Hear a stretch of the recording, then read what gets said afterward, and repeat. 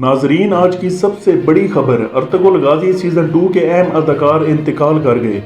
جی ہاں ناظرین، مشہور زمانہ ترک سیریز ارطغرل غازی کے دوسرے سیزن میں ارطغرل کے ماموں کورکت بے کا کردار ادا کرنے والے اداکار حسین اوزے انتقال کر گئے۔ حسین اوزے کے انتقال کی خبر ارطغرل غازی کے مشہور ہدایتکار اور پروڈیوسر محمد بوزداغ نے شیئر کی۔ انہوں نے مزید لکھا کہ اللہ ان کے درجات بلند کرے اور ان کے اہل خانہ، مداحوں اور فنکار برادری کو صبر عطا فرمائے۔ حسین اوزے 1959 میں پیدا ہوئے۔ انہوں نے متعدد فلموں اور ڈراموں میں اداکاری کے جوہر دکھائے۔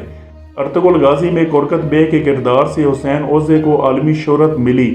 انہوں نے ارطغرل غازی کے ڈرامہ میں ارطغرل کے ماموں اور حائمہ خاتون کے بھائی کا کردار ادا کیا۔